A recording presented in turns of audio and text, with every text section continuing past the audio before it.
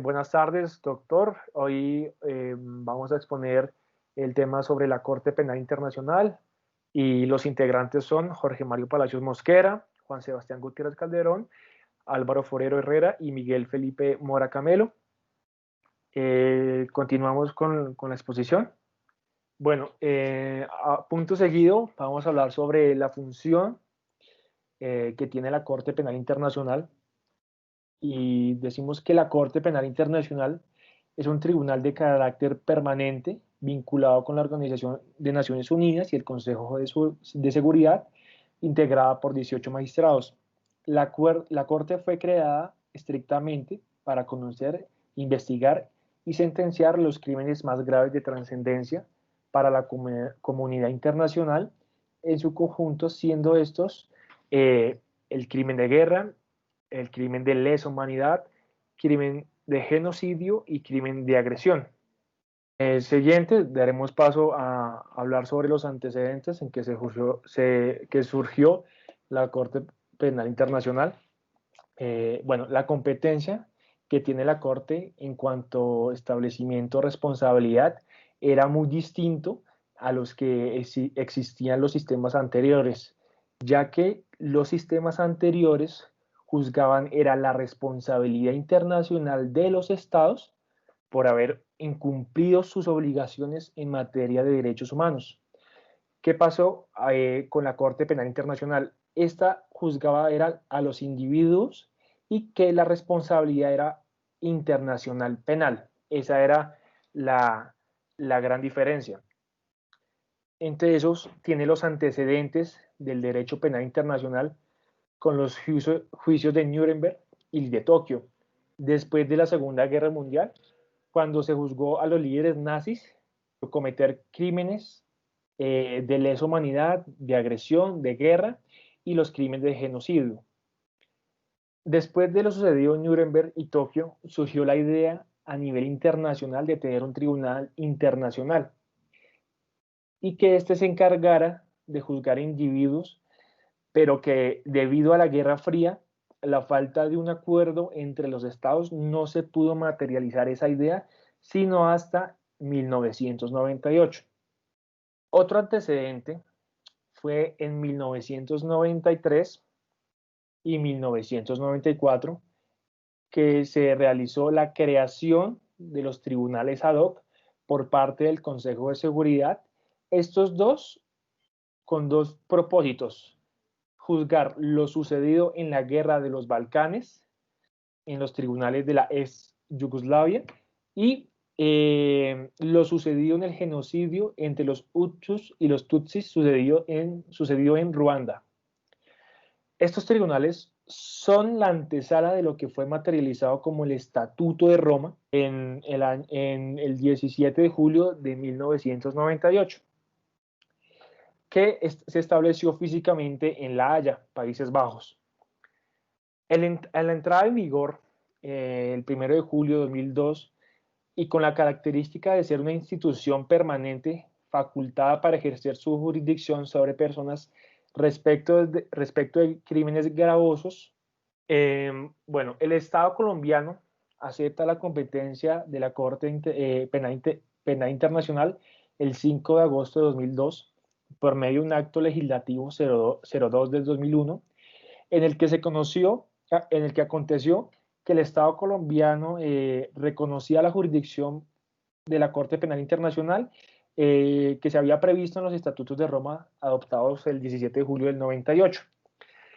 El tratado fue aprobado por el Congreso mediante la Ley 742 del 5 de junio de 2002 y declarado exequible por la Corte Constitucional en la sentencia C-578 del 30 de julio de 2002, magistrado ponente el doctor Manuel José Cepeda Espinosa. En ese entonces, el presidente Andrés Pastrana dejó una salvedad al momento de ratificar el convenio, en el cual un país puede declarar un periodo de 7 años a partir de la entrada en vigor del estatuto, en el cual no se va a aceptar la competencia de la Corte sobre los crímenes, en este caso los crímenes del artículo 8, que están dirigidos a los crímenes de guerra. Pastrana se acoge a la salvedad para que la competencia de la Corte no fuera un obstáculo para su fracasada negociación de paz con la guerrilla. Esta salvedad concluyó el 1 de noviembre de 2009. La Corte está compuesta por 18 magistrados, los cuales están integrados en presidencia, sección de apelación, sección de primera instancia, sección de cuestiones preliminares y la fiscalía.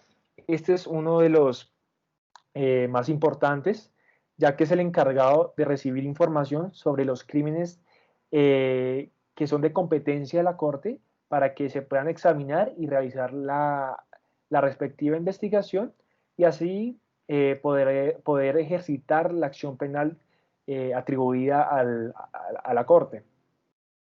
Frente a Colombia, la Fiscalía ha manifestado su preocupación concretamente en 4 situaciones. La primera situación es de los falsos positivos, la segunda es del desplazamiento forzado, la tercera es de la violencia sexual sufrida en el marco del conflicto y la cuarta es el asesinato de líderes sociales. Por último, la Corte basa su actuación bajo unos principios del derecho penal y los aplicará en el momento de resolver un asunto puesto en su conocimiento, como lo son nulo crimen sine lege, que significa que nadie puede ser penalmente responsable a menos que la conducta constituya un crimen de competencia para la Corte. Nula poena sine lege, que es que la persona que sea declarada culpable únicamente podrá ser penada de conformidad con lo establecido en el Estatuto de Roma. La tercera es la irretroactividad ratione personae. Una conducta anterior a la entrada en vigor del Estatuto no puede ser penada. La cuarta es, como se dijo anteriormente, la Corte Penal Internacional solamente juzgará a conductas individuales, en este caso la responsabilidad penal individual. La expulsión de los menores de 18 años a la competencia de la Corte, la improcedencia de los cargos oficiales en el que el estatuto va a ser aplicable por igual a todas, sin distinción en sus cargos. Y la última es que es la imprescriptibilidad, en cual implica que los crímenes de la competencia de la Corte no serán prescriptibles. La admisibilidad de un caso ante la Corte Penal Internacional son 4 que están expuestos en la presentación, pero para resumirlas, para activar la competencia de la Corte Penal Internacional es cuando el Estado no quiere o no puede juzgar uno de los crímenes internacionales de la cual tiene competencia la Corte Penal Internacional, ya sea genocidio, crímenes de guerra, lesa humanidad o agresión, y que sea evidente que no se demuestre que el Estado quiere o que está colocando obstáculos para juzgarlo. Es ahí donde entra la competencia de la Corte Penal Internacional. Daremos paso a mi siguiente compañero. Bueno, seguimos con el Estatuto de Roma. Entonces, para poder hablar del Estatuto de Roma, pues hablaremos del Estudio de Roma, que es el instrumento constitutivo en la Corte Penal Internacional, que es conocido como Estatuto de Roma, debido a que se adoptó en la ciudad de Italia el 17 de julio de 1998, pero entra en el 2002. Pero antes de la conferencia diplomática de los plenipotenciarios en las Naciones Unidas sobre el establecimiento de una Corte Penal Internacional. Entonces, decimos que el Estatuto de Roma identifica unas conductas calificadas como el asesinato, el exterminio, la deportación o el desplazamiento forzado, la deportación, la tortura, la violación, la prostitución forzada, la esterilización forzada, persecución por motivos políticos, religiosos, étnicos, raciales, éticos u otros definidos como desaparición forzada, el secuestro, en cualquier otro acto inhumano que cause un grave sufrimiento hacia la persona o atente contra su salud mental o física de quien lo sufre, pues entonces se dice que dichas consultas se está generando como un ataque en contra hacia una persona, o si es a mayor rasgo, es en contra de una población civil, y no es necesario de que estas personas tengan conocimiento de dicho ataque.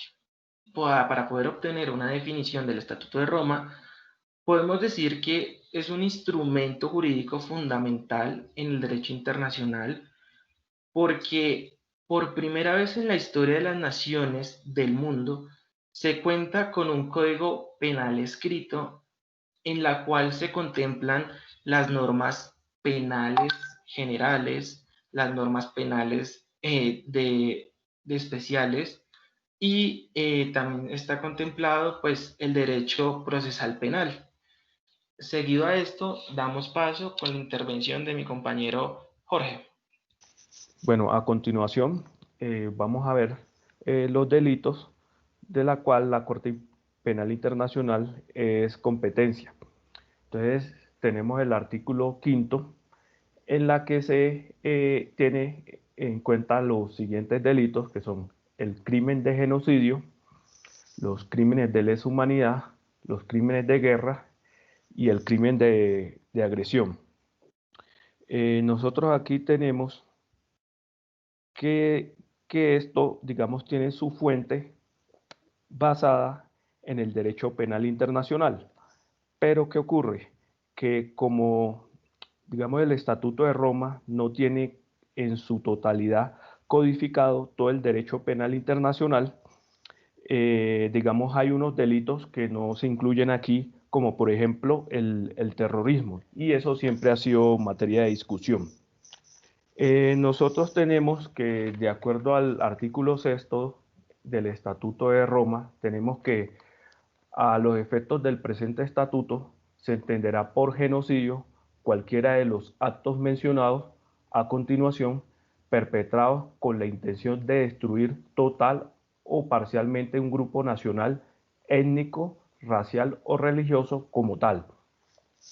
Entonces tenemos, vamos a citar algunos, la matanza de miembros del grupo, la lesión grave a la integridad física o mental de los miembros del grupo. Tenemos el sometimiento intencional del grupo a condiciones de existencia que hayan de acarrear su destrucción física total o parcial. Una de las características que nosotros podemos apreciar, digamos, en esta definición es que no aparece la palabra político. Digamos que ese elemento político en el concepto de genocidio fue materia de controversia porque muchos estados estuvieron un poco reacios como a que se incluyera este término de la política en el genocidio.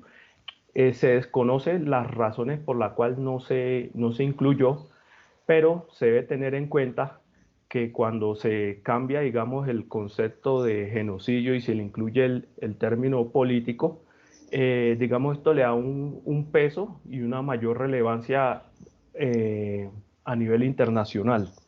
En términos generales, pues, digamos que eso fue incluido de manera forzada, casi que a pupitrazos, y digamos que eso es lo que le ha dado como más peso a nivel internacional. La siguiente, por favor. En la resolución 96 de 1946, digamos que ahí podemos ver que esa es como la modificación, incluyendo, digamos, los grupos políticos, según en el preámbulo de la resolución 96 del año 46. Otro aspecto que había sido materia de discusión era que si era necesario, digamos, involucrar, digamos, la cantidad de personas que fueran asesinadas. Ya hoy en día, digamos que eso ya no es materia de discusión porque el solo hecho de que se persiga una o más personas que pertenezcan a un grupo en particular, eso ya se toma como un genocidio.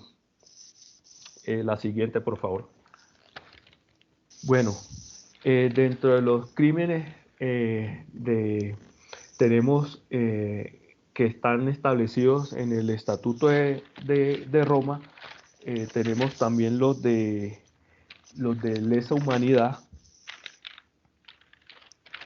y digamos a la luz del artículo 7 tenemos que dice que a los efectos del presente estatuto se entenderá por crímenes de lesa humanidad cualquiera de los actos siguientes cuando se cometan como parte de un ataque generalizado o sistemático contra una población civil y con conocimiento de dicho ataque. Entonces tenemos los asesinatos, exterminios, esclavitud, entre otros. Digamos, como ejemplo, nosotros podemos citar, digamos, hoy en día los ataques sistemáticos a los líderes sociales, digamos, en nuestro entorno. Bueno, también tenemos crímenes de guerra que se encuentra establecido, digamos, en el artículo 8 del mismo estatuto, y esto se pueden decir que son graves violaciones de las normas concernientes al derecho internacional humanitario contenido en el derecho de la Haya y en el derecho de Ginebra. A manera general, pues ahí ustedes pueden apreciar el artículo 8 del Estatuto de Roma. En este caso, aquí toca todo lo que son también conflictos armados internos y también todas aquellas prohibiciones por el derecho internacional humanitario, y también el juicio de valor de graves infracciones, que es reserva de los conflictos internacionales que se transforman en serias infracciones.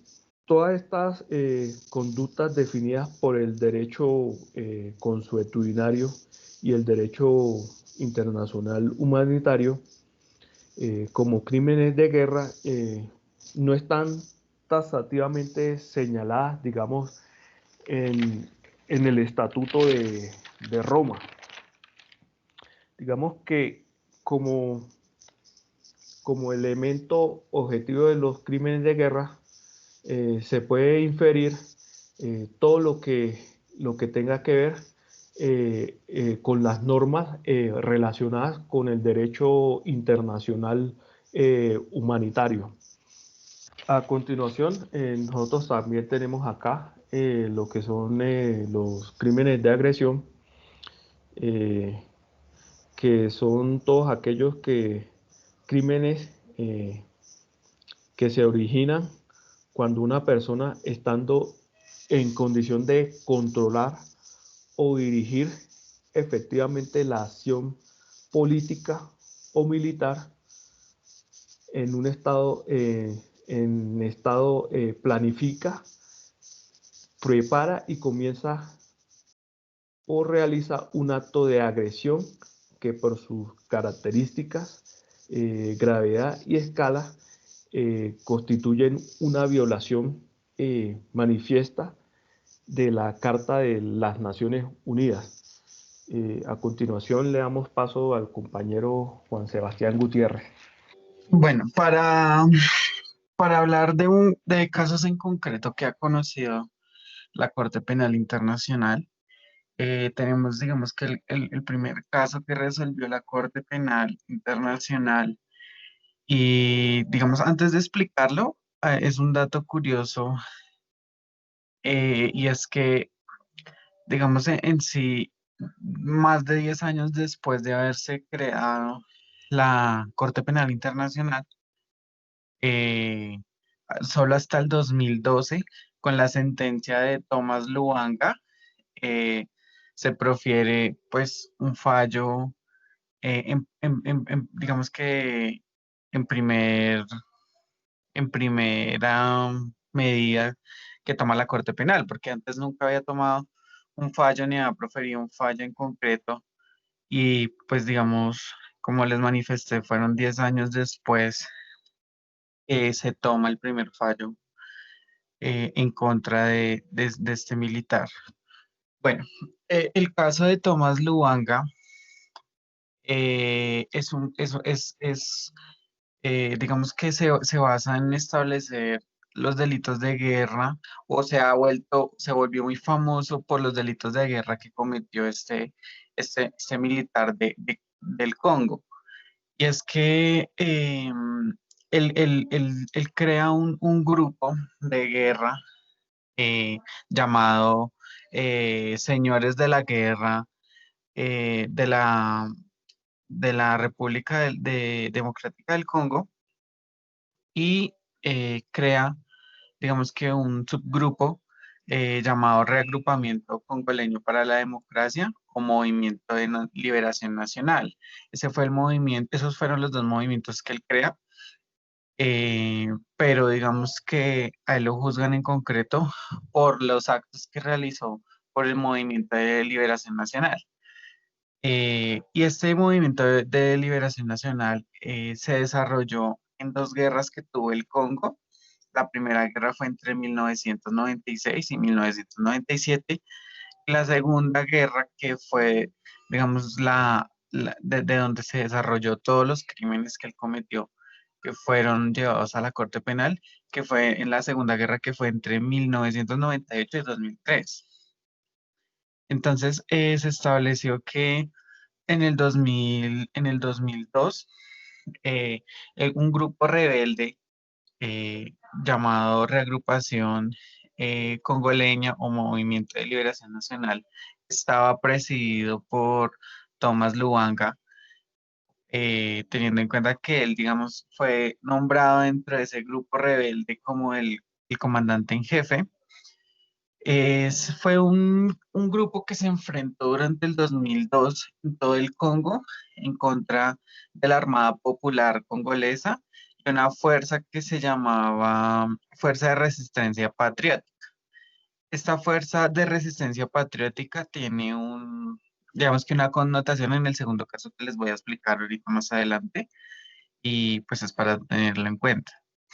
Entonces, bueno, ellos, digamos que en todas la guerra que existió entre 1998 y 2003 en el Congo, murieron alrededor de 60.000 personas y fueron obligados a combatir alrededor de 3.000 niños soldados. Entonces, por estos crímenes en concreto es que se le acusaron a Thomas Luanga, que fue eh, por haber reclutado a niños menores de 15 años, niños y niñas, y los niños pues eran entrenados para la guerra, eran entrenados para matar, y las niñas eran reclutadas para ser o esclavas, pues para realizar, digamos, las labores en concreto que necesitara el grupo, o también para convertirlas en esclavas sexuales de los comandantes en general de ese grupo de rebeldía que presidía Thomas Luanga. Esos fueron, digamos, los delitos que lo llevaron a la Corte Penal, y además de otros de homicidio, pero que no sé, digamos que no entran en contexto con los delitos que maneja la Corte Penal, pero sí en concreto el reclutamiento forzoso que, digamos, realizó con los niños. Entonces, como les expliqué, pues eran reclutados o para la guerra o para volverlos esclavos sexuales. Entonces, ya en el año 2004, digamos que cuando finalizó toda esta guerra, el mismo gobierno de la República Democrática del Congo remite este proceso a la Corte Penal Internacional para que lo investiguen, teniendo en cuenta que ese país considera que él cometió delitos que pueden estar, digamos, desarrollados dentro del marco de las competencias de la Corte Penal Internacional. Y pues efectivamente, en el 2006 fue acusado por la fiscalía, sí, por la fiscalía que existe dentro de la Corte Penal Internacional y efectivamente sí lo capturaron en esa fecha, en el 2006. Su proceso, pues, digamos que se desarrolló y existió una sentencia favorable a las pretensiones de la Fiscalía y del país del Congo en el año 2012, donde efectivamente se prueba que sí existieron delitos de guerra, teniendo en cuenta que reclutó a menores de edad y sí se encontraba en el artículo 8.2 del Estatuto de Roma. O sea, sí era una conducta que podía tipificarse dentro de ese marco del Estatuto de Roma. Entonces, él fue condenado a 14 años de prisión y por los delitos que cometió en el Congo por el reclutamiento de menores. Digamos que este fallo es trascendental porque es el primero, como les manifesté, es el primero que toma la Corte Penal. Nunca había proferido un fallo en concreto y hasta el 2012 condena en primer término a Tomás Lubanga a 14 años de prisión por los delitos relacionados. Ese sería el primer caso, eh, digamos, el primer caso en relevancia que podemos explicar en concreto que llevó a la Corte Penal. No siendo más, pues les damos las gracias prestar, por prestarnos atención y